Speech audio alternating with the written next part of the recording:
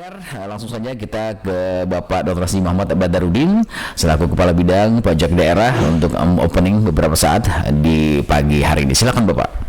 Terima kasih Pak Iwan. Assalamualaikum warahmatullahi wabarakatuh. Waalaikumsalam. Pemirsa pendengar Radio Tuntung Panang FM yang berbahagia. Pertama-tama Alhamdulillah, puji syukur kepada Allah SWT kita panjatkan, kita dalam keadaan sehat walafiat Alhamdulillah. Kemudian kita dalam saat ini untuk melaksanakan tugas, kemudian mengikuti juga mengisi program talkshow di radio Tirta kita ini. Salawat dan salam semoga tercurah kepada junjungan Nabi besar Muhammad SAW beserta keluarga sahabat dan berikut beliau hingga akhir zaman. Bapak, Ibu, warga Tanah Laut khususnya yang ulun hormati, kemudian hari ini kami Badan Pendapatan Daerah Kabupaten Tanah Laut mendapat giliran untuk mengisi program ini yang temanya seperti yang disampaikan tadi bahwa pemakaian alat perekam data transaksi pembayaran pajak hotel dan restoran secara online. Dan Alhamdulillah kemarin 1 November secara resmi di launching oleh Bapak Bupati Tanah Laut Pak Haji Sukamta di rumah makan Lisa secara simbolis. Jadi kebetulan kita untuk tahun ini pemakaian alat perekam data transaksi ini kita menempatkan 10 wajib pajak. Jadi yang dikenakan alat perekam data transaksi ini. Baik Bapak Ibu sekalian, sebelumnya kami sampaikan dulu bahwa Badan Pendapatan Daerah Kabupaten Tanah Laut ini merupakan unsur penunjang urusan pemerintahan di bidang pendapatan. Jadi memang fungsinya itu adalah pengelolaan bidang pendapatan. Salah satunya adalah masalah pajak. Sebagaimana kita ketahui bahwa di struktur pendapatan dalam anggaran pendapatan dan belanja daerah itu ada 3 komponen besar yang menjadi pemasukan bagi daerah kita, yaitu ada pendapatan asli daerah, kemudian dana perimbangan, kemudian lain-lain pendapatan daerah yang sah. Nah, di pendapatan asli daerah inilah salah satunya yang merupakan kewenangan berdasarkan Undang-Undang 2008 tahun 2009. Ada beberapa daerah, ada beberapa pajak kewenangan yang dilimpahkan ke daerah kabupaten Tanah Laut, kabupaten kota seluruh Indonesia. Jadi sejak Undang-Undang 28 tahun 2009 tentang pajak daerah dan retribusi daerah, jadi ada beberapa pajak yang awalnya kewenangan pusat sekarang dilimpahkan ke daerah. Nah, itu merupakan pendapatan asli daerah kita. Kemudian jenis-jenis pajak itu sendiri kita mengenal ada pajak hotel, ada pajak restoran, pajak hiburan, ada penerangan jalan, kemudian pajak mineral bukan logam dan batuan, pajak parkir, pajak sarang burung walet, pajak air tanah, pajak reklame, PBB, P2 dan BPHTB. Nah, jadi ada 11 komponen pajak daerah yang merupakan pendapatan asli daerah kita. Jadi jauh berbeda seperti itu Pak Iwan. Kemudian berhubungan dengan alat perekam ini apa sih mungkin yang jadi pertanyaan, mungkin apa itu alat perekam ini yang sejenis makhluk apa gitu kan. Jadi Bapak Ibu sekalian, jadi di dalam PP 55 tahun 2016 tentang ketentuan umum dan tata cara pemungutan pajak daerah, jadi dari 11 komponen pajak itu ada 8 yang sifatnya pajaknya itu dihitung dan disetorkan sendiri oleh wajib pajak. Nah, jadi tidak ada intervensi dari kita sebenarnya. Jadi kesadaran masyarakat, kesadaran wajib pajak yang masuk kategori 8 jenis pajak itu dihitung sendiri oleh wajib pajak. Nah, atau bahasa Jawanya itu self assessment.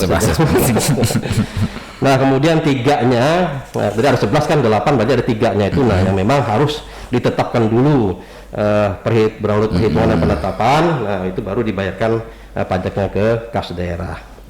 Nah, dalam rangka kita mengoptimalkan pendapatan asli daerah, bukan kita tidak percaya kepada wajib pajak, tapi ada data pembanding lah. Nah, jadi makanya ada inovasi di tahun 2021 ini kita bekerja sama dengan vendor, kemudian juga dengan Bank Kalsel. Jadi Pak Iwan kebetulan kita ini ada tripartit lah boleh berkata itu. Jadi ada Bank Kalsel selaku penyandang dana dan juga sebagai bank persepsi kas daerah kita. Itu memfasilitasi dengan vendor, kemudian salah satu vendor yang menyediakan aplikasinya dan alat-alatnya, dan kita selaku pengguna. Jadi Bapenda ini selaku pengguna datanya. Oke, jadi seperti itu. Jadi alat perekam ini bukan kayak CCTV, bukan.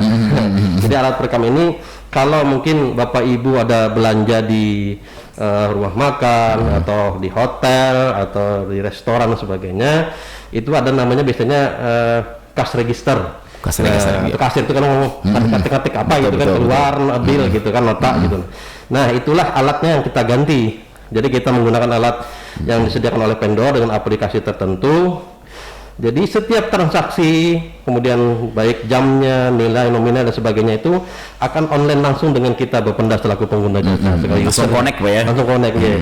Jadi kalau memang misalnya dalam satu hari itu transaksinya ada 100 misalnya, maka akan terbaca di kita 100. Ada dapat nilainya misalnya 1 juta, maka terbaca di kita juga akan 1 juta. Jadi akan sama hasil daripada transaksi yang berlaku pada saat di input oleh wajib pajak di alat itu. Nah, seperti itu jadinya. Jadi operasionalnya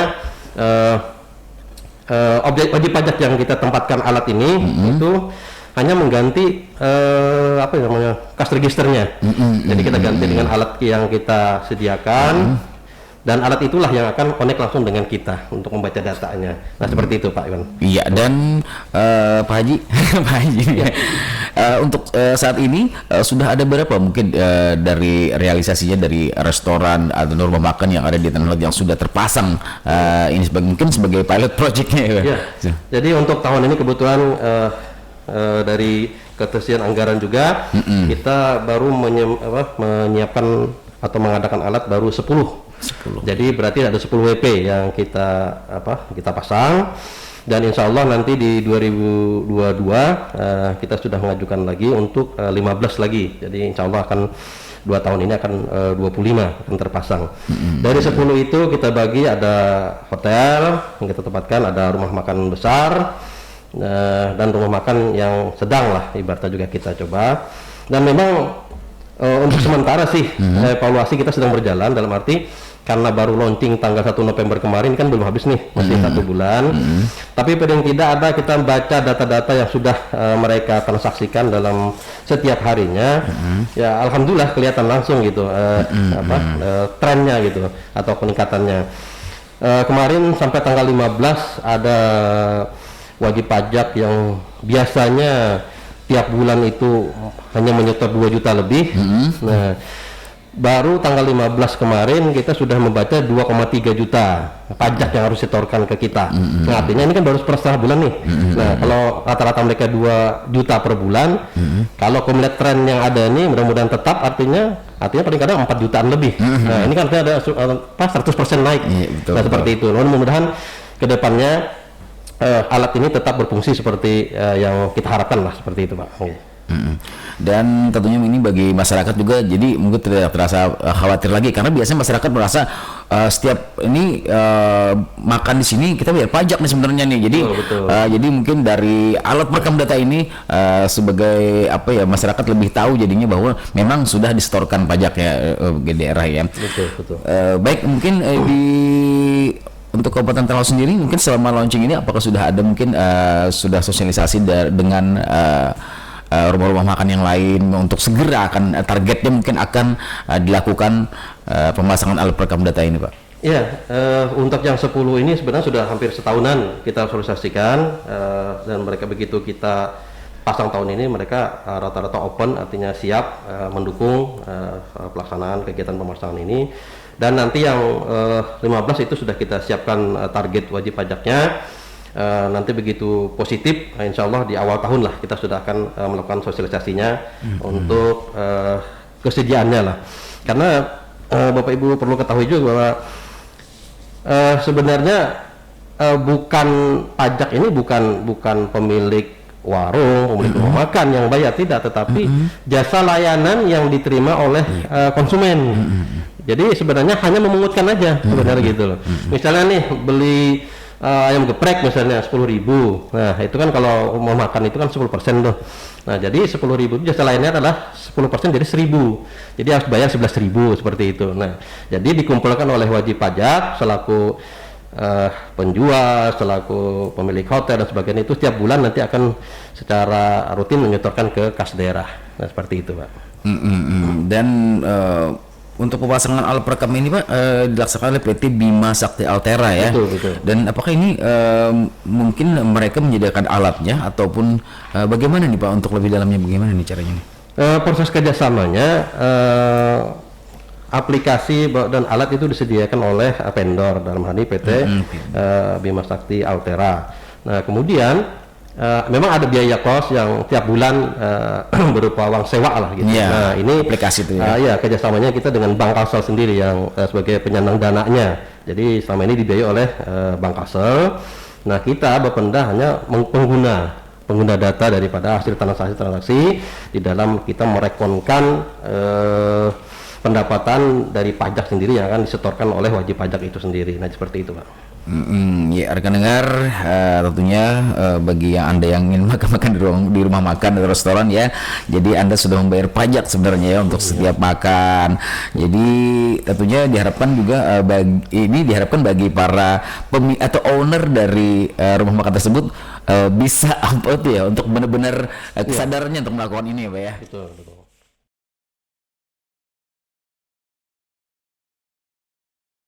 Dan tentunya bagi masyarakat juga banyak yang bertanya ya, untuk apa sih apa ya tujuan dari sebenarnya pemakaian alat perekam data ini dalam data transaksi pembayaran pajak hotel dan restoran secara online. Apa ini tujuan dasarnya Pak untuk peletakan pemakaian alat perekam data ini? Ya, terima kasih untuk pertanyaan yang kesekian kalinya, bahwa memang seperti yang kita sampaikan tadi, latar belakang bahwa sesuai dengan PP 55 tahun 2016 tentang ketentuan umum dan tata cara pemungutan pajak daerah, bahwa pajak daerah yang didelegasikan atau diserahkan ke kewenangannya kepada daerah kabupaten kota se-Indonesia itu dari 11 pajak, ada 8 yang pajaknya itu dihitung dan disetorkan sendiri oleh wajib pajak. Nah, pastikan kalau kita ya ibaratnya kasarnya itu kalau menyerahkan semuanya kepada wajib pajak kan kita nggak ada check and balance-nya, tidak ada data pembandingnya gitu kan, apa sih, berapa sih, benar nggak gitu kan. Nah, jadi berdasarkan kesadaran, betul-betul kesadaran daripada wajib pajak itu sendiri. Nah, oleh karenanya beberapa stakeholder termasuk dengan KPK sendiri melalui Korsubgahnya itu selalu meminta kepada daerah-daerah di seluruh Indonesia untuk semacam ada validasi lah, artinya yang disetorkan wajib pajak itu memang benar-benar berdasarkan perhitungan yang sebenarnya real, seperti itu transaksi yang terjadi di masing-masing wajib pajak. Nah, oleh karenanya rekomendasi ini juga sebagai dasar kita menggunakan atau memasang alat ini, alat perekam data transaksi secara online ini juga atas dasar rekomendasi daripada Komisi Pemberantasan Korupsi melalui divisi Korsubgahnya, seperti itu. Dan maka sebagai alat pembanding aja sebenarnya. Jadi begitu wajib pajak misalnya nih hotel nih nyetorkan tahun ini misalnya 2 juta. Nah, kalau sudah memakai alat itu kan kita bisa membaca, oh benar nggak nih transaksinya 2 juta kan? Ternyata misalnya datanya lebih harusnya disetorkan 2,5 juta. Nah, berarti kita bisa sebagai dasar untuk menagih kurang bayarnya yang 500.000-nya, seperti itu. Jadi ini hanya alat pembanding. Jadi bukan juga merupakan alat yang harus tapi sebagai alat pembanding aja. Jadi yang tadi dihitung sendiri, nah itu sudah kelihatan ada pembandingnya seperti itu. Jadi ya diharapkan seperti yang disampaikan oleh Pak Bupati bahwa ini adalah transparansi pajak. Ya. Jadi Bapak Ibu sekalian juga mungkin perlu juga, kenapa sih kami berusaha kok dikenakan pajak. Nah, Bapak Ibu juga perlu tahu dan sadar bahwa ulun sampaikan tadi bahwa APBD kita, bahwa kita dalam membangun daerah ini kan perlu biaya seperti itu. Nah, bahkan merupakan pendapatan asli daerah itu adalah satunya adalah pajak dan retribusi yang Bapak Ibu bayarkan selama ini. Jadi selama Bapak Ibu melakukan usaha di 11 jenis pajak itu, ya mau tidak mau harus dikenakan ketentuan perpajakan. Bapak Ibu misalnya berusaha dagang makanan, ya berarti ada pajak rumah makannya, kategori pajak restoran. Bapak Ibu berusaha misalnya bikin hotel, ya kena pajak perhotelan seperti itu. Jadi ada 11 perpajakan yang diserahkan ke daerah ini. Itulah yang menjadi kontribusi Bapak Ibu sekalian selaku wajib pajak untuk melakukan atau untuk menyetorkan pajaknya sesuai dengan perhitungan tarif dan sudah ditentukan seperti itu.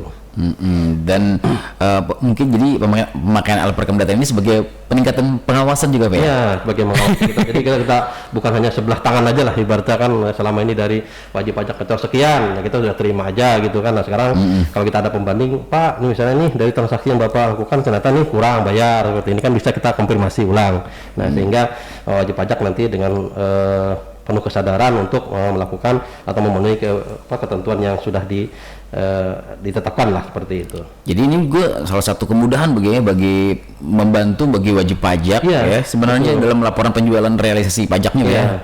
Karena setiap wajib pajak itu sudah di setting aplikasinya itu, jadi sudah per hari berapa pajak yang disetorkan sudah ada, jumlah pajak yang disetorkan sudah kelihatan sebenarnya, tidak perlu lagi dari awal lagi pembukuan menghitung lagi dari awal enggak gitu. Jadi begitu menutup di akhir bulan itu sudah bisa direkap secara langsung nominal yang harus disetorkan ke kas daerah seperti itu. Iya.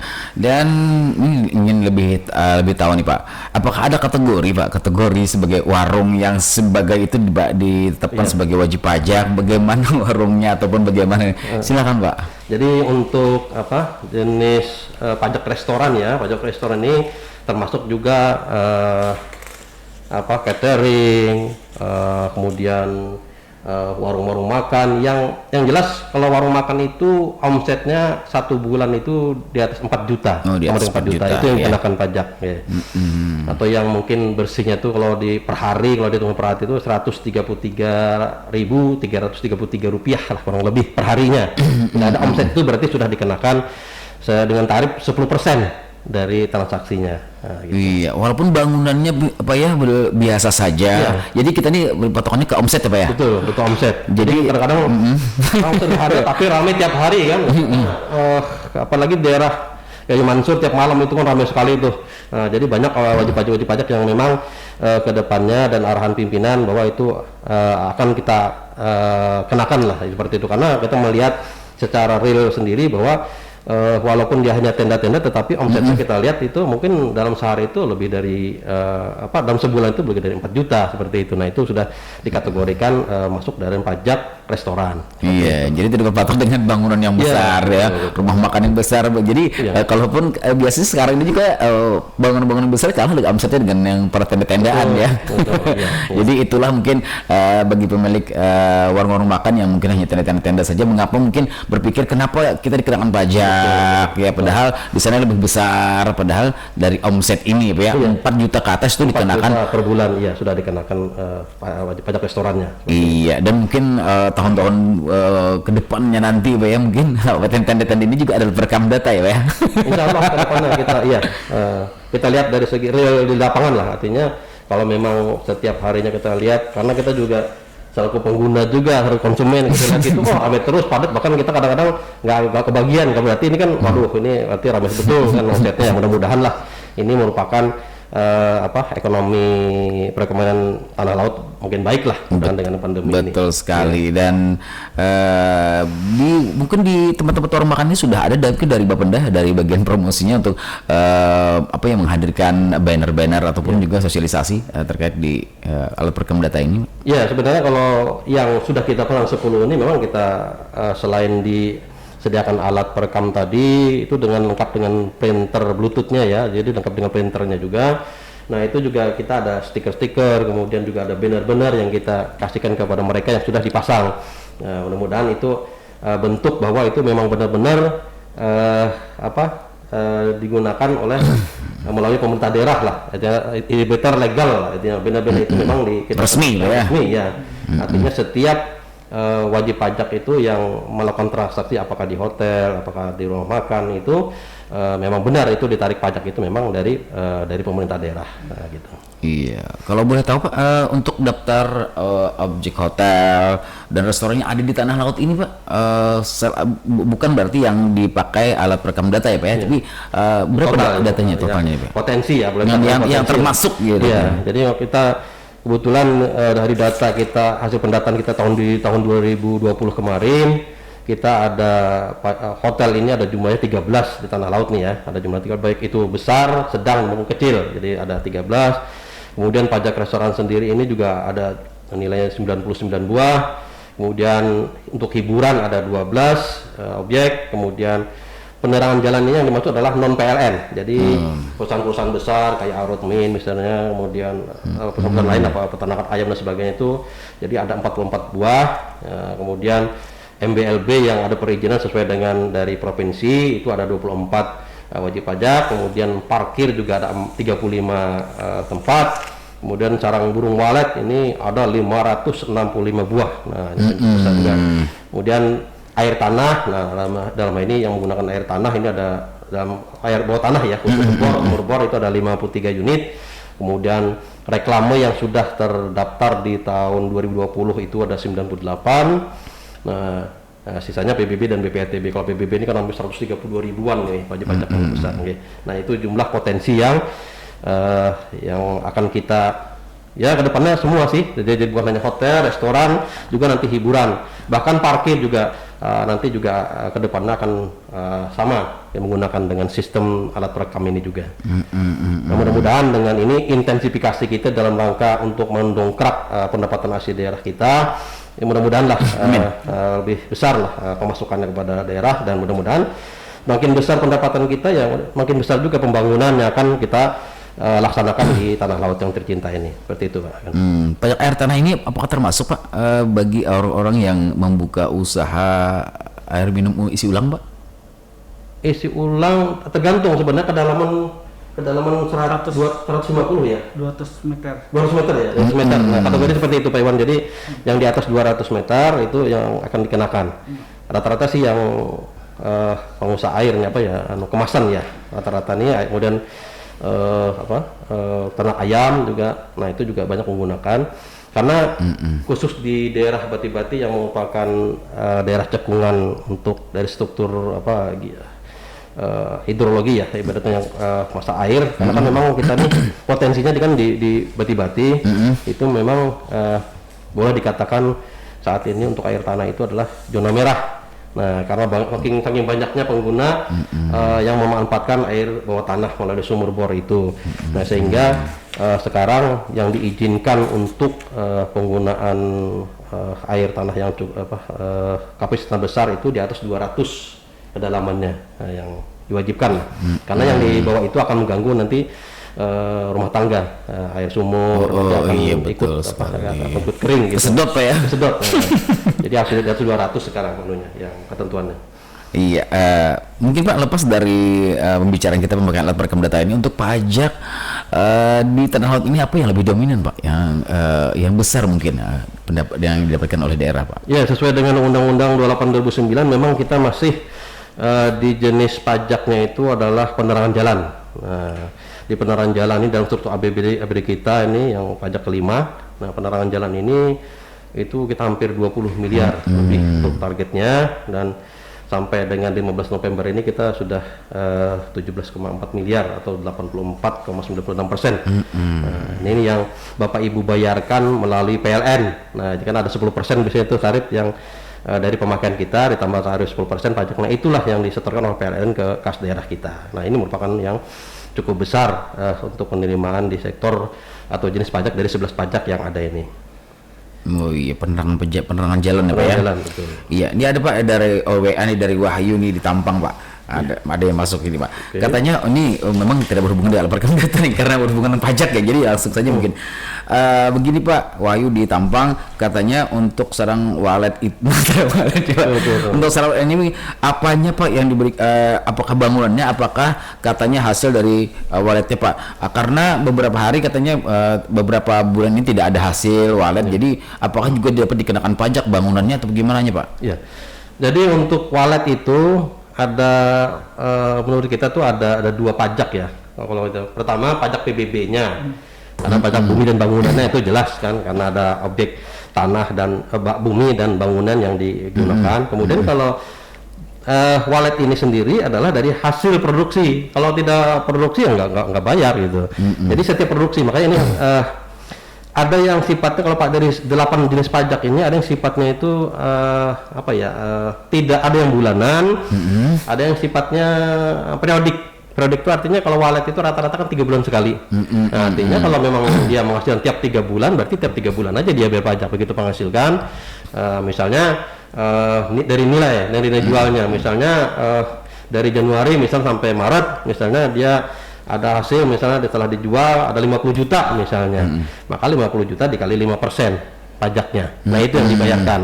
Nanti kalau memang April kemudian Mei Juni tidak menghasilkan, misalnya kabur waletnya ya nggak bisa, kita nggak bisa memprediksi seperti itu dah.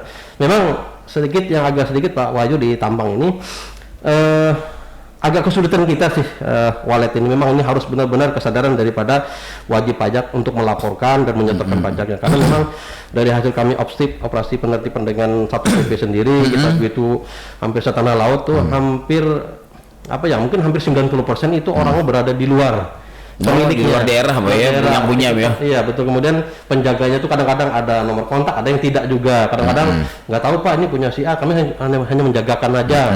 Ditanya sudah panen belum? Nggak tahu Pak, kami nggak tahu. Kadang-kadang kalau panen pun mereka sembunyi-sembunyi, seperti itu Pak. Jadi kami ya menghimbau lah kepada wajib pajak yang notabene melakukan usaha kegiatan di tanah laut, ya tolonglah kesadarannya kan, untuk memang kalau memang berhasil. Memang ada juga yang rutin melakukan pembayaran untuk walet ini, ada juga yang rutin, ya kita mengucapkan terima kasih kepada beliau-beliau yang sudah sadarlah terhadap kontribusinya kepada daerah, karena semua untuk daerah juga gitu. Betul. Jadi pada rekan-rekan kita yang masih belum, yang susah dihubungi dan sebagainya, mohonlah kesadarannya kan, karena itulah semua itu adalah untuk daerah kita sendiri, untuk membangun tanah laut ini kita.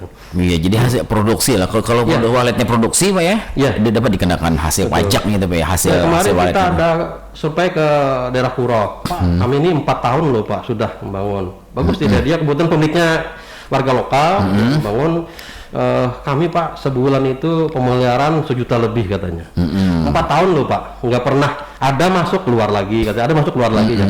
Kita ya mohon maaf ya, mungkin ini masalah ujar orang Banjar itu masalah teknisnya aja ya. Kadang-kadang kan walet ini kan gaib lah kalau gaib gitu. Kalau memang kena kena untungnya ya besar, kalau memang kena sialnya juga besar seperti itu. Memang itulah memang lika-likunya dari untuk usaha walet. Betul sekali ya, karena biasanya kalau akustik ruangannya yang tidak mereka nyaman, mereka keluar ya. Memang ada cerita lucu sebenarnya beberapa bulan yang terlalu lewat, pernah saya sendiri ikut operasi penutupan pajak walet ini. Tapi katanya belum ada produksi Pak, belum ada hasil. Tapi udah 2 kali dinaiki maling. Nah itu lagi kan itu lucu sekali Pak. Itu lagi kadang-kadang jadi masalah juga itu di non teknis ya, artinya ya memang ya itulah setiap usaha itu pasti ada ada untung ruginya lah, seperti itu yang memang harus dialami gitu oleh pengusaha. Iya, terima kasih Bapak Wahyu Tampang yang sudah bergabung bersama kami ya. Ada lagi? Tidak ada ya. Dan mudah-mudahan terjawab itu dari hasil kalaupun produksi waletnya ya. Baik, dengan Retuming FM, dapat kita juga sudah jelas sekali terkait pemakaian alat perekam data transaksi pembayar pajak hotel dan restoran secara online ini. Ini yang pasti diharapkan kesadarannya untuk para owner ya, pemilik rumah makan, restoran juga untuk benar-benar untuk menggunakan alat perekam data ini juga ya, bukan tidak dengan data yang lain. Iya, dan mungkin Pak kita sudah mungkin lebih jelas sudah terkait pemakaian alat perekam data transaksi ini. Mungkin closing statementnya Pak pada pagi hari ini Talk Tanpa Menyapa bikin himbauan kepada masyarakat maupun himbauan kepada owner restoran atau rumah makan. Silakan Pak.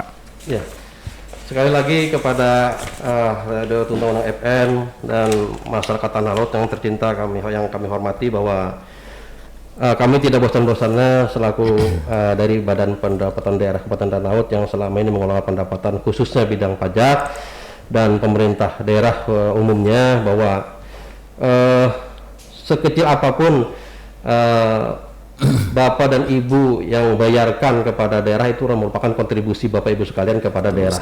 Jadi pajak yang kita kenakan kepada Bapak Ibu selaku wajib pajak itu tidak lain dalam rangka kita untuk membiayai pembangunan daerah tanah laut tercinta ini seperti itu. Jadi dimohonlah kesadarannya, apakah itu PBB, apa itu BPHTB dan pajak-pajak daerah lainnya, yang ada 11 pajak di tanah laut ini yang notabene merupakan kewenangan daerah kita.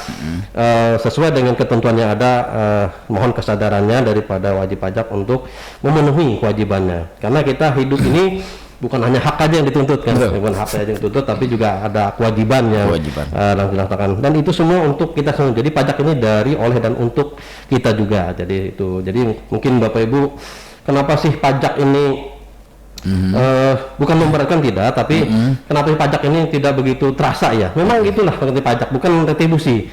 Jadi sedikit menjelaskan pajak dan beda pajak dan retribusi. Kalau pajak ini kan memang kontribusi yang dikenakan sifat wajib, kemudian tidak memberikan efek langsung kepada yang membayar. Nah, tapi kalau retribusi itu langsung. Contoh misalnya Bapak Ibu ingin menerima pelayanan kesehatan, ada bayar karcis mungkin di loket. Nah, itu kan begitu bayar langsung menerima layanan kesehatan. Kemudian ada retribusi parkir misalnya. Nah, itu ada dapat tempat parkir langsung bayar. Nah, itu langsung diterima. Tapi kalau pajak memang tidak. PBB mungkin setahun sekali bayar cuma 10.000 misalnya. Padahal kita menggunakan jalan mungkin tiap hari. Betul. Menggunakan fasilitas pendidikan, mungkin anak-anak kita, kesehatan dan sebagainya. Nah, semua itu kan dibayar oleh daerah. Nah, jadi Bapak Ibu sekalian, dengan kami berharaplah selaku pemerintah daerah, khusus dari Badan Pendapatan Daerah Kabupaten Tanah Laut, menghimbau kepada Bapak Ibu selaku sekalian untuk memenuhi kewajibannya lah. Jadi untuk sebagai warga negara sebagai warga negara yang notabene ada di tanah laut seperti itu. Iya, secara umum dari rakyat untuk rakyat. Betul. Baik dengar, terima kasih Bapak Dr. Haji Muhammad Haji Badrudin yang sudah berhadir di studio, dan juga Pak M. Uzidin, mudah-mudahan dalam gerang sehat dan juga selamat bertugas Pak ya, dan mudah-mudahan kesadaran dalam membayar pajak ini semua masyarakat tanah laut patuh ya Pak ya.